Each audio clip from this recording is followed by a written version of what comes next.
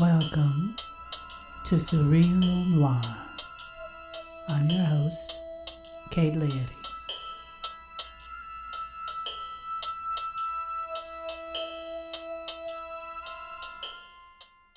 All right. Let's have it. Look at me. What are you trying to do? Force a confession out of me? You've been holding out, and I want to know why. It'll be easier for you if you tell the truth. What difference does it make what I say? You've made up your mind I'm guilty. Are you? Don't tell me you have any doubts, since you... Oh, I can't, please. Do I have to have those lights in my face? Thanks. No, I didn't kill Diane Redfern. Or anyone else. Then why? Why did you tell me the radio at your country place was broken?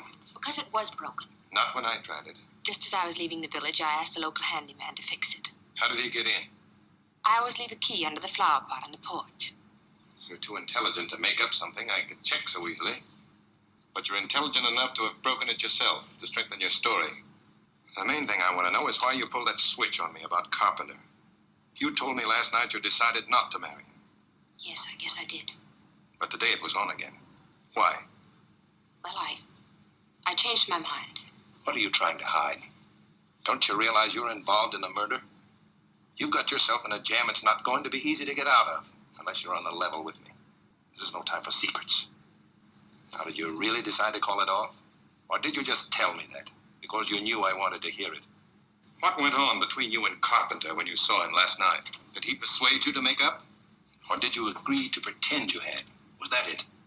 Well, that is, both of us thought... He convinced you that if you broke the engagement now, people would think you believed he was guilty. Yes. Now I know it was only because he thought I was. Did you believe he was guilty? No, I'm sure he isn't. But he'd gotten himself into an awfully suspicious position. And he's the sort of man that people are always ready to believe the worst about. Are you in love with him? I don't see how I ever could have been. Come on, you're going home. I thought I was... That's what I wanted you to think. You and a few others. I didn't even book you. You mean this was some sort of a game? I was 99% certain about you. But I had to get rid of that 1% doubt. Wasn't there an easier way to make sure? I reached a point where I needed official surroundings. Then it was worth it, Mark. I'll call a cab for you. And that's Dana Andrews interrogating Gene Tierney in the 1944 film Laura, based on the novel of the same name by Vera Caspary, which came out the year before. Dana Andrews plays the hard-boiled Lieutenant Mark McPherson. Gene Tierney, of course, plays the title character Laura Hunt, who at the beginning of the film is already dead. Rounding out the cast, playing her mentor and best friend, is the wonderful Clifton Webb as Waldo Lydecker. If you know character actors at all, this is a great film for them because her fiancé is played by Vincent Price. And her aunt, and sort of friend to them both, is played by the wonderful Judith Anderson, who is, everybody's wonderful, I know, but who is best known, of course, for her role as Mrs. Danvers in the film of Rebecca. Although producer Darryl F. Zanuck, head of the 20th Century Fox studio, called Gene Tierney the most beautiful woman in movie history, he wanted to cut one of the scenes from the film, which he saw as having no point.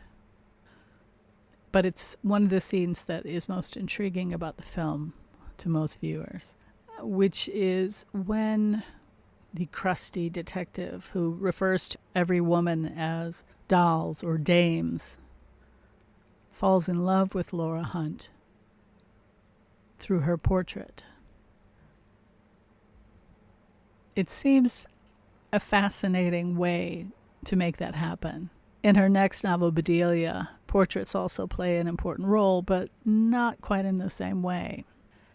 And it's something that's much easier to accomplish in the novel than it is on film. And I think Preminger, who, despite not thinking highly of the original novel, did at least understand how that could happen and how to show it on film. And the scene is, obviously not going to convert well to radio, but well worth checking out the film.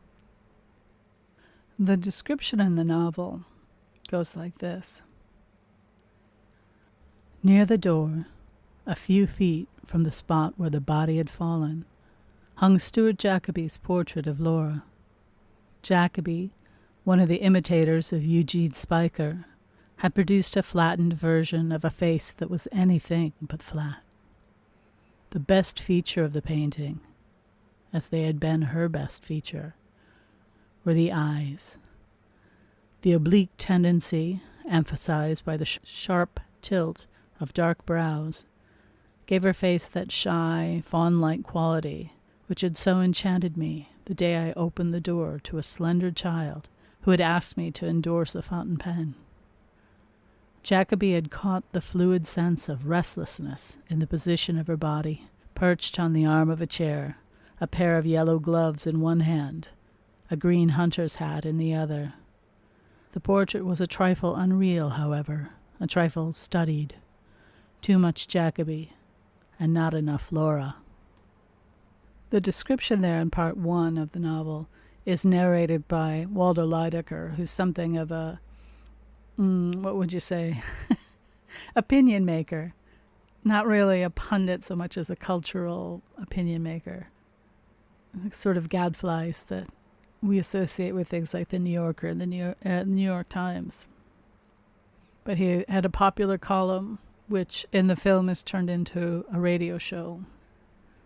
And he has a fanciful way of describing the portrait, but what we're really interested in the novel and in the film, is its effect on Mark McPherson, who begins as the sort of typical hard-boiled figure and is changed in the process of this investigation, something that Waldo Lydecker notices, because Waldo Lydecker notices everything. But he continues the typical notion of woman as enigma.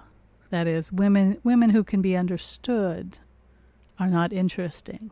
The women who cannot be understood, and usually because they don't act like cliches, are the women who end up interesting. And he notices McPherson's interest in Laura through the painting. In that swift transition from dusk to illumination, I caught a glimpse of a darker, more impenetrable mystery. Here was no simple police department investigation in such inconsistent trifles as an ancient baseball, a worn Gulliver, a treasured snapshot. He sought clues not to the passing riddle of a murder, but to the eternally enigmatic nature of woman. This was a search no man could make with his eyes alone. The heart must also be engaged. He, stern fellow, would have been the first to deny such an implication, but I, through these prognostic lenses, perceived the true cause of his resentment against Shelby. His private enigma, so much deeper than the professional solution of the crime, concerned the answer to a question which has ever baffled the lover. What did she see in the other fellow? Rivalries in love. Can they ever be forgiven? Here's Crystal Gale from the soundtrack to One from the Heart with Old Boyfriends.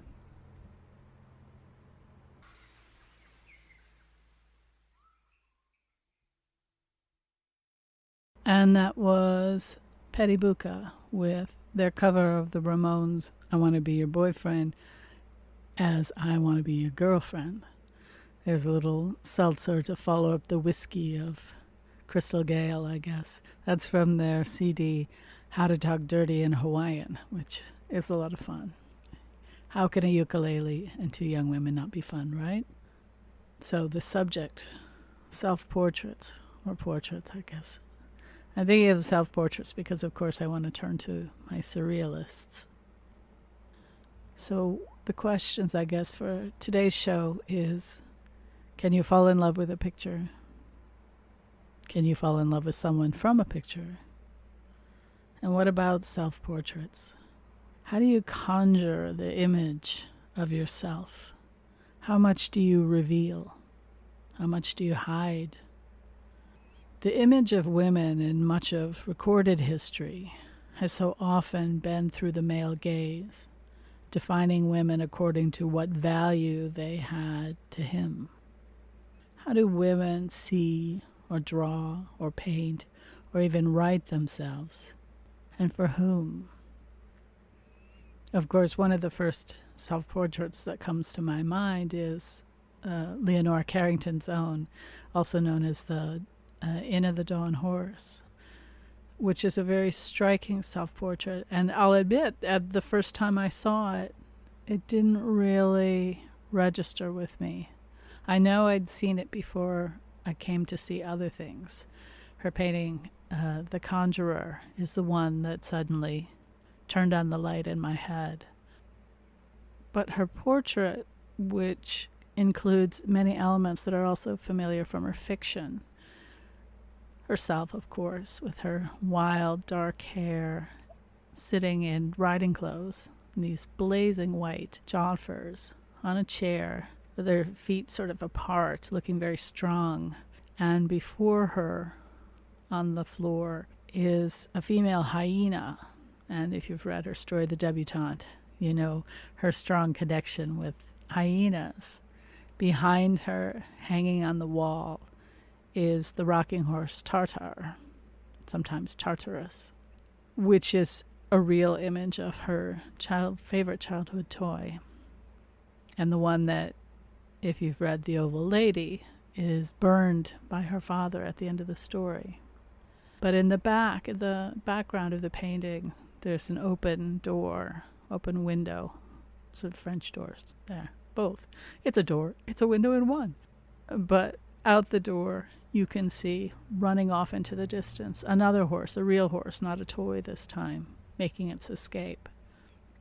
It's a very powerful image, but the strangeness of it, if you're not particularly well educated in the area of surrealism, as I certainly used to be, it's very odd. It doesn't follow the normal sort of conventions. If you think of, for example, if you see the portrait of Laura in the film, it's very much in the style of a flattering 20th century portrait. Not even sort of the level of impressionism as you might associate with Singer Sargent.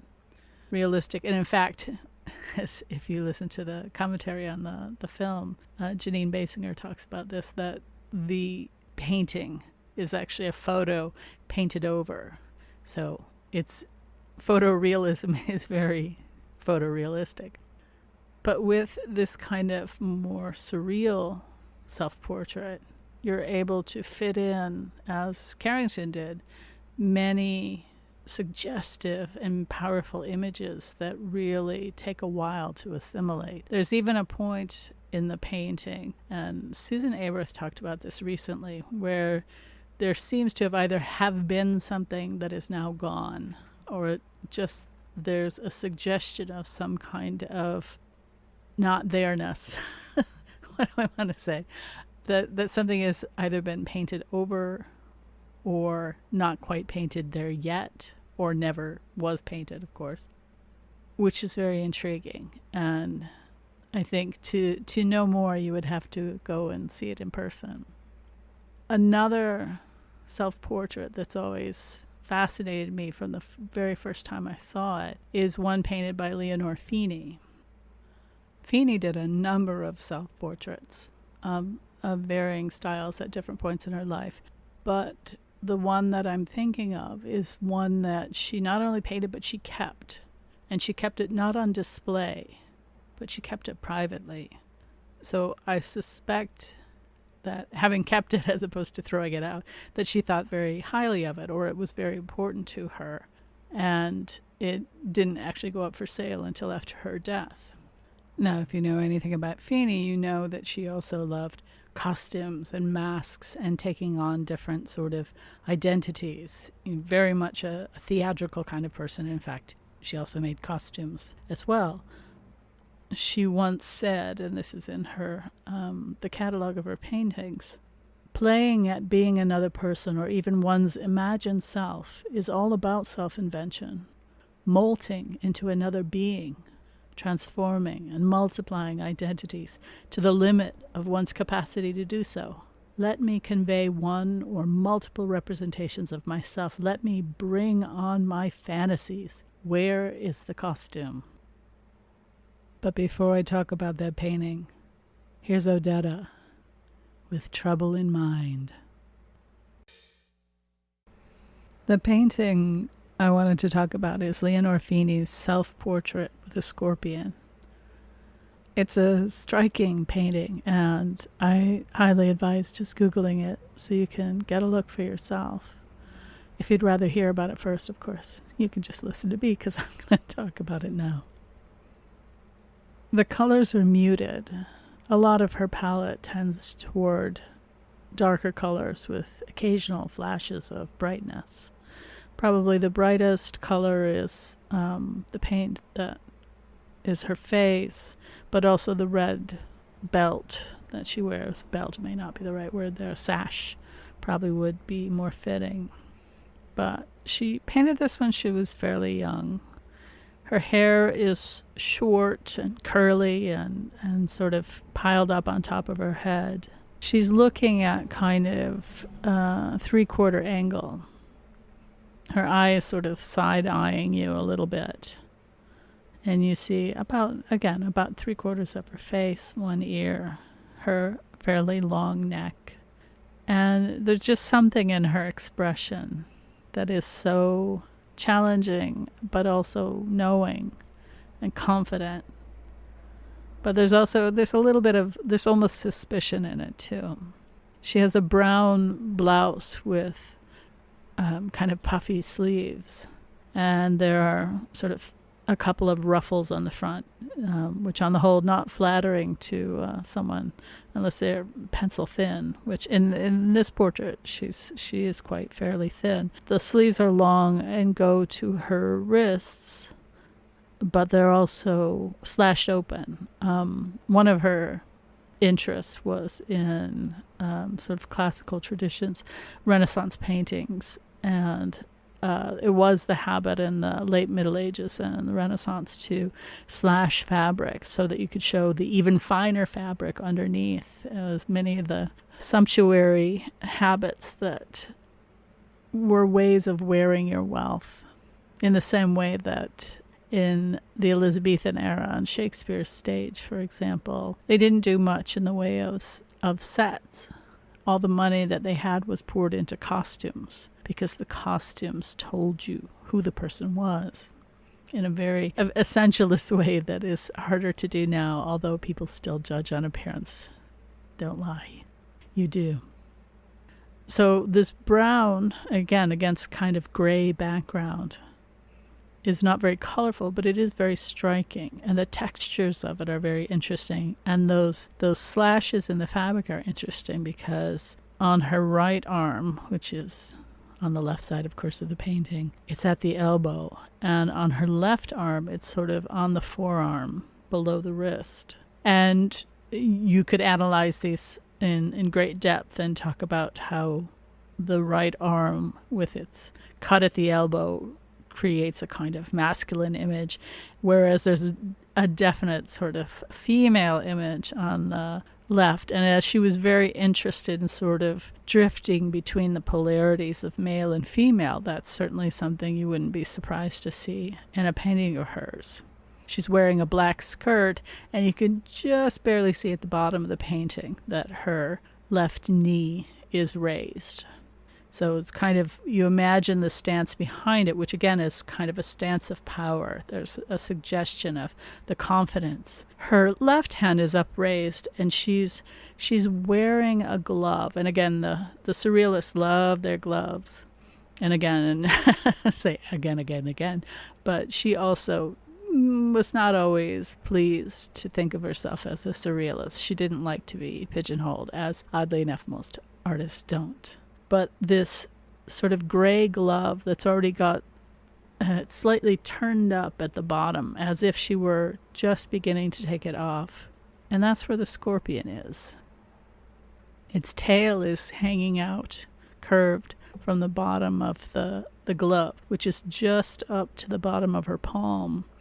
And the whole effect between her confident air and looking askance, slightly looking to her right, our left, and then the scorpion just kind of there in the palm of her hand, is really suggestive of so much. I mean, the mystery of it, but also the danger of it. If you got a scorpion in your palm, you're probably not going to be pleased. And so shout out to my fellow players of Animal Crossing New Horizons. Scorpions are a bad thing, but it's just such an arresting picture. I really love it. And I have not, so far amongst the other scholars I know who write about Leonore Feeney, I haven't been able to find someone who can assure me that she got this image from where I think she did. Where do I think she got this image? Charlotte Bronte. Take the matter as you find it. Ask no questions. Utter no remonstrances. It is your best wisdom. You expected bread, and you have got a stone. Break your teeth on it, and don't shriek, because the nerves are martyrized. Do not doubt that your mental stomach, if you have such a thing, is strong as an ostrich's. The stone will digest. You held out your hand for an egg, and fate put into it a scorpion. Show no consternation. Close your fingers firmly upon the gift. Let it sting through your palm. Never mind. In time, after your hand and arm have swelled and quivered long with torture, the squeezed scorpion will die, and you will have learned the great lesson, how to endure without a sob. Strong stuff, eh? That's from Shirley. And that's a good way to lead into Fear Not, Ula Suoko, and her CD, Bridge of Light.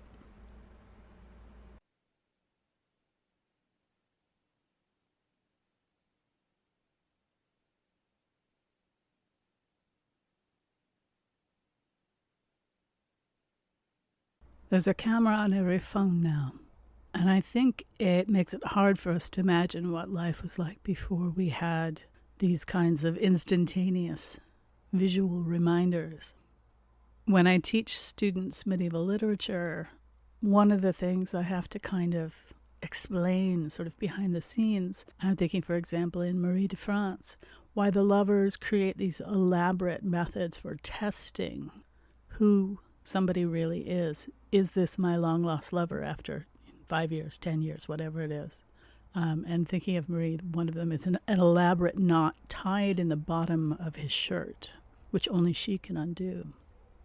Because without all these visual reminders, without photographs, it's much harder to remember exactly what somebody looks like. Even with photographs, that memory is really hard to retain and to recognize. So when we think back to eras where only powerful people had portraits, we can begin to see how much that matters. Who do we see portraits of? Wealthy people, powerful people. I'm always reminded of the time when I served on the Joint Committee on the Status of Women at Harvard Medical and Dental Schools. And we would meet in a sort of executive meeting room in Countway Library.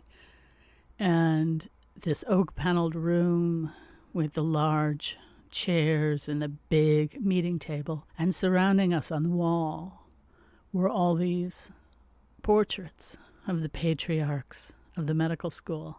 And I remember one time the chair of the committee saying, how do we change the atmosphere here at Harvard Med. I just had to laugh and like, look around you. It's everywhere. It's embedded in the buildings. It's embedded in everything you see about the school, which I think this relationship of portraiture to power is one of the reasons that there's so much scorn heaped on girls and their selfies. How dare they try to control the way they're seen? How dare they try to flatter themselves with the right angles and good lighting? And, oh, heaven forfend, with filters that make you look unreal or different or not exactly like, I don't know what, a police lineup, a mugshot.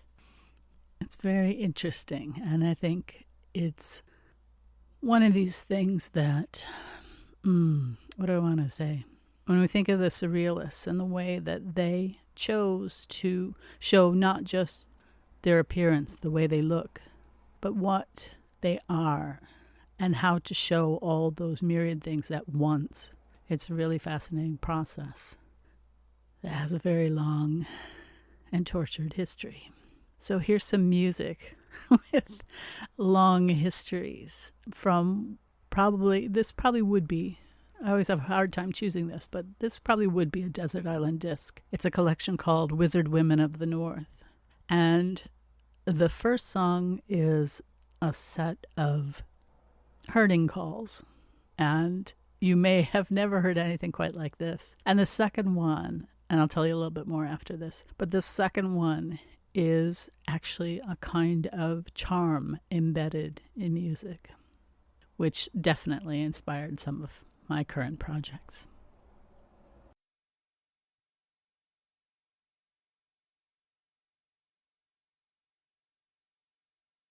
So that's two fantastic tracks from an absolutely wonderful collection, Wizard Women of the North. The first of those is Valnotar, or the herding calls from Gammelboning in Sweden, and that performance is by Suzanne Rosenberg.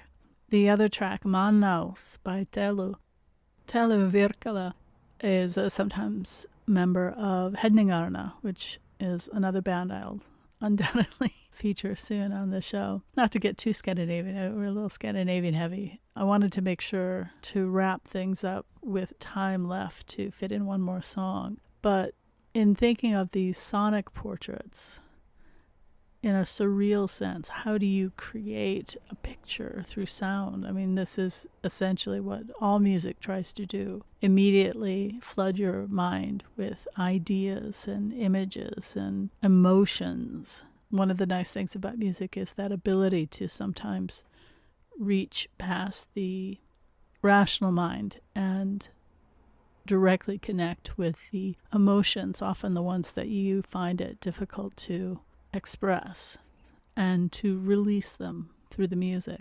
Let me finish up the show with another interesting sketch through song, and this is by Liz Galorn, who is a musician, songwriter, artist from Connecticut, whom I happen to know. And this is one of my favorites of her songs, although she has many really wonderful songs, and you should definitely check her out. And this is the track, Sunny Side Down. Thank you so much for listening to Surreal Noir on NoBounds Radio and supporting pirate radio, independent radio, whatever you want to call it, radio on the internet.